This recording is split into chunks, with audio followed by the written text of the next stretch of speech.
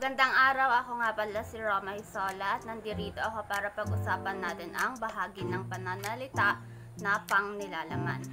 So, ang pagpopokusan natin ngayon ay pang-abay, ngunit talakayin muna natin kung ano ba ang mga saklaw ng pangnilalaman. So, ang bahagi ng pananalita na pangnilalaman ay nahahati sa dalawa. So, meron tayong nominal at panuring. Sa nominal, ang saklaw nito ay pangalan, panghalip, at pandiwa. At sa panuring naman, ang saklaw nito ay panguri at pang-abay. So, sa pangalan. Ang pangalan, ito ay tumutukoy sa ngalan ng tao, bagay, hayop, puok, at pangyayari. So, halimbawa nito ay mga pangalan ng tao. Halimbawa ay Nena, Sarah. Pangalan ng puok, halimbawa ay Pilipinas, Korea, Katanawan. Yan ang mga halimbawa ng pangalan. Ang panghalip naman, ito ay tumutukoy sa mga salita na panghalili sa pangalan para hindi magpaulit-ulit yung mga ngalan ng tao, bagay, hayop, puok sa paggawa natin ng pangungusap. So, ang halimbawa ng panghalip ay ako, ikaw, siya, tayo. Kasunod ay pandiwa. Ang pandiwa naman, ito ay tumutukoy sa kilos o galaw. Ang halimbawa nito ay nagbabasa, naglalakad, natutulog. Yan ang mga halimbawa ng pandiwa. Dumako naman tayo sa mga modifiers o mga panuring. Meron tayong pang-uri at pang-abay.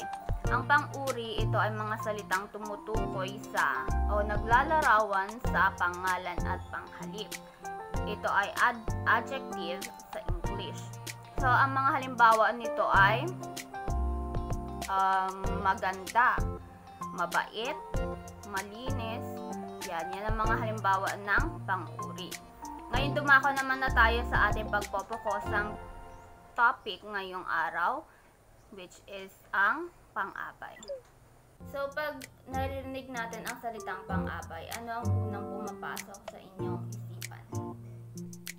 So, maaari ang naiisip nyo ay palagi itong kasama ng pang-uri at pandiwa. So, tama yon. Dahil ang pang-abay, ito ay mga salitang naglalarawan sa pang-uri, sa pandiwa, at sa kapwa niya pang-abay. So, halimbawa, pabulong magsalita ang bata dahil mahiyain siya. So, ang pang-abay sa pangungusap ay pabulong. Binibigyang turing nito ang pandiwa na magsalita. Mayroon tayong 8 uri ng pang-abay. Ang una ay pang-abay na pamaraan. Isinasaad nito kung paano isinasagawa ang kilos o aksyon na pandiwa. Ang halimbawa na lang natin ay yung halimbawa natin kanina. Pabulong magsalita ang bata dahil mahiyain siya. Ang pang-abay na pamaraan doon ay papulong. Ang isa pa nating halimbawa ay tahimik na nakikinig ang mga bata sa kanilang guro. Ang pang-abay sa pangungusap ay tahimik at ang pandiwa ay nakikinig. Ang kasunod nating uri ng pang-abay ay pang-abay na pamanahon. Ito ay tumutukoy kung kailan isinasagawa ang kilos o aksyon na pandiwa. Halimbawa, sumayaw ang mga bata kahapon. Ang pang-abay na pamanahon sa pangungusap ay kahapon. Tinutukoy nito kung kailan sumayaw ang mga bata. Kasunod natin, uri ng pang-abay ay pang-abay na panlunan. Tumutukoy naman ito sa lugar na pinangyarihan ng aksyon ng pandiwa. So, halimbawa ay tinago ni nanay ang aking laruan sa kwarto. Ang pang-abay na panlunan sa pangungusap ay sa kwarto. Tinutukoy nito ang lugar kung saan tinago ni nanay ang laruan. Ang kasunod naman nating uri ng pang-abay ay pang-abay na panggaano. Tumutukoy ito sa bilang o sa dami ng sinasaad ng aksyon. Ito ay sumasagot sa tanong na gaano o ilan. Halimbawa, maraming kabataan ang gustong sumali sa palaro sa barangay. Ang pang-abay na panggaano ay marami. Ang Ang kasunod nating uri ng pang-abay ay pang-abay na pang-agam. Isinasaad nito ang hindi katiyakan o pag-aalinlangan. Halimbawa, baka tumila na ang ulan mamaya. Ang pang-abay na pang-agam doon ay baka dahil hindi alam ng may akda kung titila na ba talaga ang ulan, kaya gumamit siya ng salitang baka. Kasunod ay pang-abay na pasang-ayon. Tumutukoy ito sa pagsang-ayon. Halimbawa, tunay na magaling sumayaw si Nena. Ang pang-abay sa pangungusap ay tunay. Isinasaad na talagang magaling sumayaw si Nena. Kasunod ay pang-abay na pananggi. Kasalungat naman ito ng pang-abay na pasalungat. Ito ay tumutukoy sa hindi pagsang-ayon o sa pagtanggi. Halimbawa, ayaw kong sumama kina Lola bukas.